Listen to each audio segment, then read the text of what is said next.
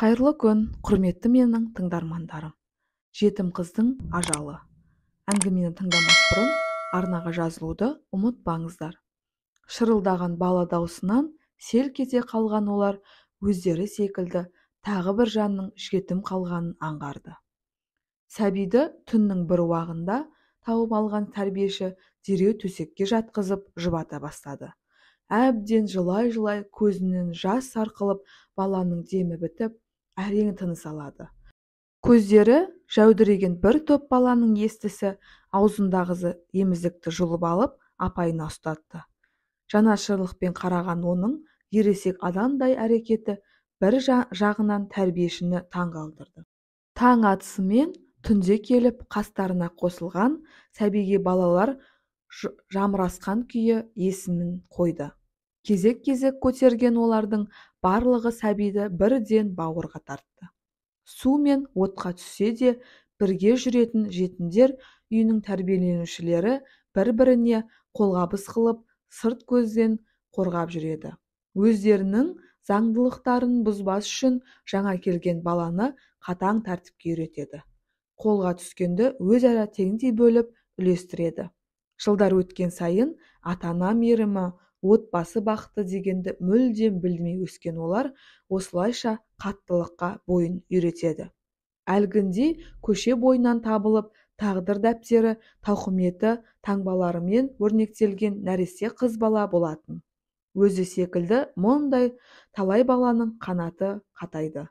Өз алдында үй болып түзу жолға түскені қаншама.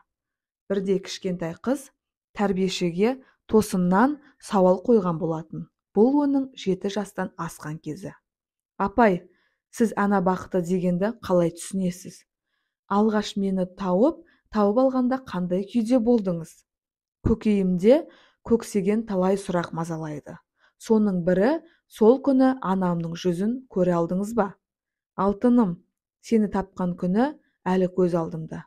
Қаңтардың бел ортасынан ауған шақ. Қар үстінде 2 сағаттан аса жатып қалыпсың. Денең мұздап, сіресуге айналған. Мезетінде құшағыма қыстым да жетімдер үйіне тұра жүгірдім. Пеш түбіне жайғасып, сені жылыту үшін барымды салдым. Кенет шыр ете қалып жылағаның есімде. Сонда болашағы зор бір жазықсыз жанның тірі қалғанына шын қуанған едім. Ал ана бақыты дегеніміз ерекше нәрсе. Қанша сендерді құшып жақсы көргеніммен өз аналарыңдай болмайды. Талай омырауымнан сүт үйіріліп, қамқорлық танытқаныммен сендер шынайы кейпінде аналарыңды іздеп терезеге қараумен боласыңдар.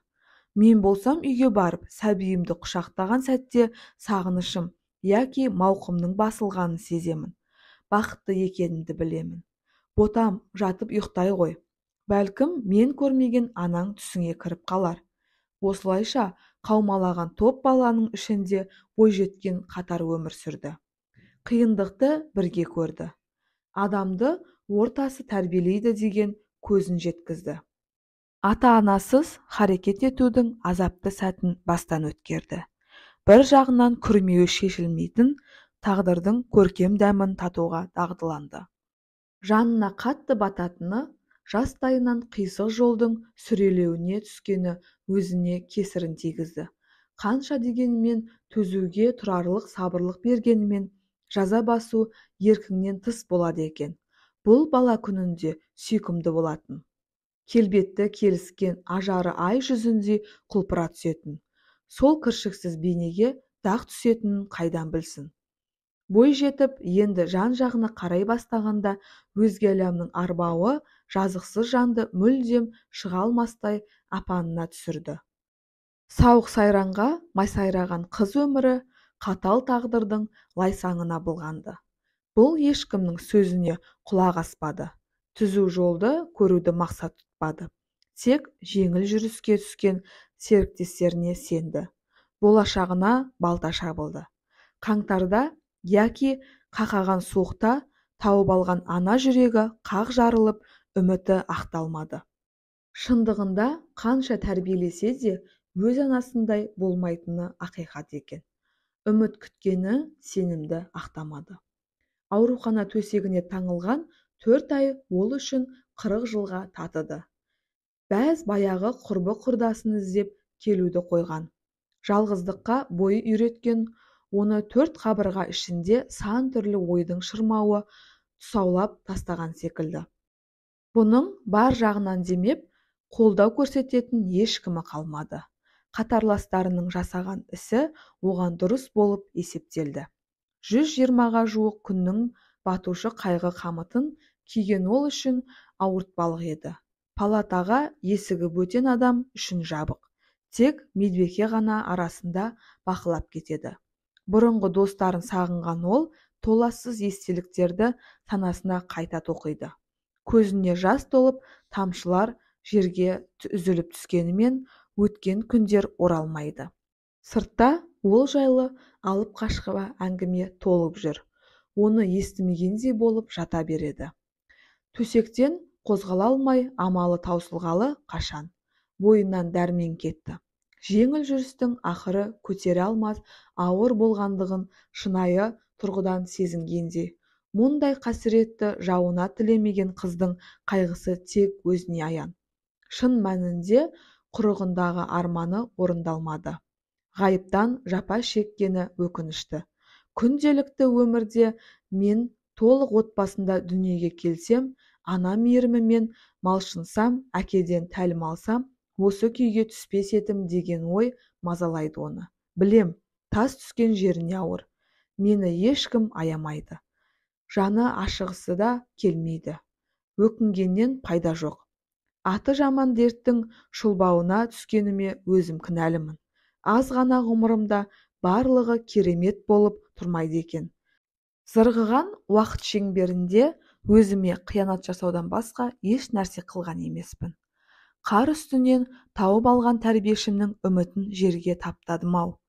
Оның самайындағы әрбір шашына бізге жаны ашимын деп жүріп-ақ қырау түсті. Обалақ, жатқан еш қозғалыссыз күйімді қарашы. Барлық дүниеге жарамсызбын. Сөйлейін десем, халім мүшкіл. Ендігі жерде мені тыңдайтын кім бар дейсің. Бір ғана айтарым, қош болыңдар, жайсаңдарым. Жақынымнан көрмеген жақсылықты осындағы медбикеден көрдім. Мен де адам баласымын. Жүрегім таза болғанымен тәнім бүлінді. Жалғанда жалғыз жеткен мұратым, тарих бетіне таңбаланған көңілсіздеу өрбіген өмірім. Сол күні медбикелер дәлізден арлы-берлі жүгіріп кетті. Жетімнің жан сырын ұғына алмай, бір уақыт таза ауаға шықтым. Қиналған мезетте қолынан ұстауға мұрша келтірмеген дерттің кеселі айтарлықтай ауыр. Күрсініспен табиғат аясында ұзақ демалдым, ішке келген бетім осы еді. Еден жуушы маған қарап, ақыры кетті деді. Мәңгілік сапарға аттанды. Соңғы күні қимылсыз жатыр дегенді естіген мен бір нүктеге қадалған күйі оның дертіне дауа жоқтығына көзім жетті. Ажалды қолымен жасаған қыз тағдыры аянышты.